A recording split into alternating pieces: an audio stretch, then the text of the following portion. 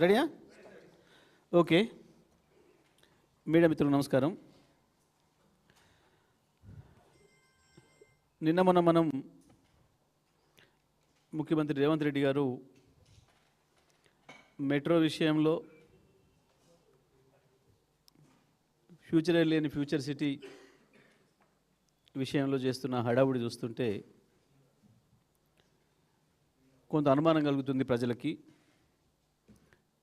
కొన్ని రకాల సమాచారం కూడా వస్తూ ఉంది. ఎందుకంటే ఎక్కడైనా చూస్తే కొంత ప్రభుత్వ రంగ సంస్థలు కావచ్చు, ఇతర ఏవైనా నష్టాల్లో ఉన్న వాటిని ఎట్లా వదిలించుకోవాలి, ఎట్లా తగ్గించుకోవాలి, ఖర్చు ఎట్లా తగ్గించుకోవాలి అని చెప్పి చూస్తూ ఉన్నాయి దేశవ్యాప్తంగా, ప్రపంచవ్యాప్తంగా అనేక ప్రభుత్వాలు. కానీ నిన్న మన ముఖ్యమంత్రి హైదరాబాద్ మెట్రో విషయంలో చేసిన పని ఏదైతే ఉందో దీని వెనకాల మతలబు ఉంది. 1000 కోట్ల రూపాయలు చేతులు మారినట్టుగా మాకు సమాచారం ఉంది. ఎందుకంటే నష్టాల్లో ఉన్న మెట్రోను ఎల్ఎన్టీ నుంచి తీసుకొని వాళ్ళని గట్టెక్కించడానికే ముఖ్యమంత్రి ఈ మెట్రోను ప్రభుత్వం చేతిలోకి తీసుకొచ్చిండు. మళ్ళీ ఒక 15,000 కోట్ల రూపాయల భారం తెలంగాణ ప్రజల నెత్తిన వేసిండు. ఉన్న ప్రభుత్వ రంగ సంస్థలనే నడపలేకపోతున్నారు, ఆర్టీసీనే నడపలేకపోతున్నారు.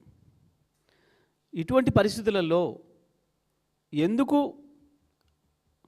వాళ్ళ దగ్గర నుంచి వెళ్ళి ఈయన తీసుకోవాల్సి వచ్చింది వెనుకకి? దాని వల్ల జరిగిన లాభం కూడా వెంటనే అర్థమైపోయింది. ఆ కంపెనీ ఎప్పుడైతే సూత్రప్రాయంగా ఇక్కడ ప్రభుత్వం తీసుకోవడానికి నిర్ణయం తీసుకుందో వెంటనే ఒక్కటే రోజులు 24 గంటల గడవక ముందే 12,000 కోట్ల రూపాయలు ఆర్జించింది ఎల్ఎన్టీ కంపెనీ. వాళ్ళ షేర్ విలువ పెరిగింది 3%. 12,000 కోట్ల రూపాయలు కంపెనీకి వెంటనే లాభం జరిగింది గంటలలోనే.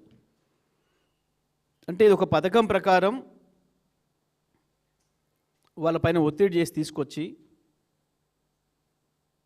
ఇది తన చేతులకు తీసుకొని ప్రజలపైనేమో 15,000 కోట్ల భారం వేసిండు, తను ఒక 1000 కోట్ల రూపాయల లాభం పొందిండు. ఇవాళ హైదరాబాద్ ప్రజలకి ఆ మాత్రం కూడా రేపు ఆ మెట్రో అందుబాటులో లేకుండా చేసే కుట్ర చేసిండు. మనం చూస్తున్నాం ప్రభుత్వ రంగ సంస్థలు నడుపుతుంటే ఎట్లా ఉంటుందో, ఇబ్బందులు ఏమొస్తాయో.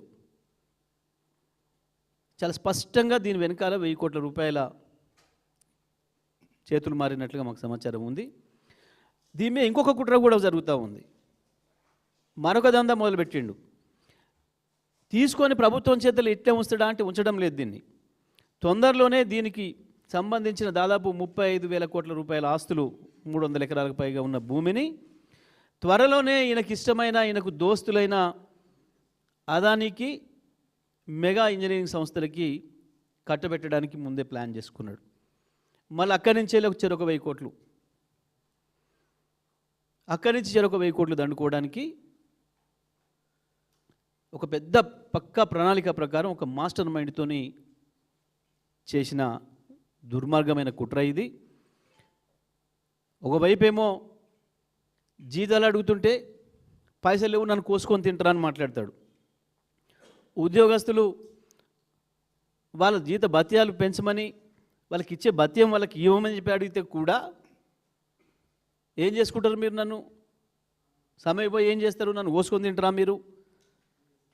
ఇంకా చిన్న చిన్న వర్కర్లు, అంగన్వాడీ టీచర్లు, ఆయాలు, కార్యకర్తలు, ఆశా వర్కర్లు, అన్నమండు పెట్టి వర్కర్లు, స్కూళ్ళల్లో, మున్సిపాలిటీలలో, గ్రామ పంచాయతీలలో పనిచేసే శానిటేషన్ వర్కర్లు, వాళ్ళు వాళ్ళ జీతాల గురించో బత్యాల గురించో మాట్లాడితేనేమో నన్ను గోసుకత్తినంటే మీరు ఏం చేస్తారు నన్ను అని మాట్లాడిండు.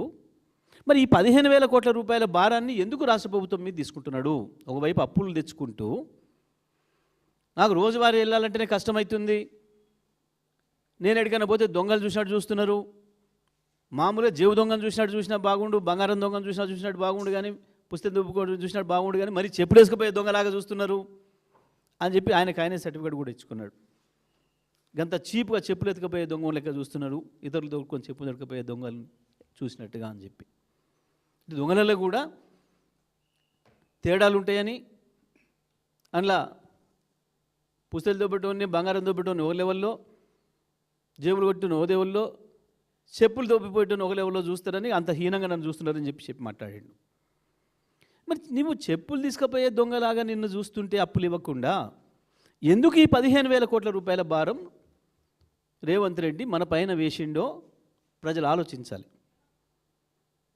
చదువుకున్న వాళ్ళు ప్రజలు తెలంగాణలో ఉద్యోగస్తులు కావచ్చు, నిరుద్యోగ మిత్రులు కావచ్చు, చదువుకుంటున్న వాళ్ళు కావచ్చు, ప్రజలందరూ కూడా, అన్ని వర్గాల ప్రజలు కూడా ఒకసారి ఆలోచించండి. ఉన్న భారం ఉండంగా అదనంగా మనకు సంబంధం లేనిది అగ్రిమెంట్ ఉంది, వాళ్ళే నడుపుతారు.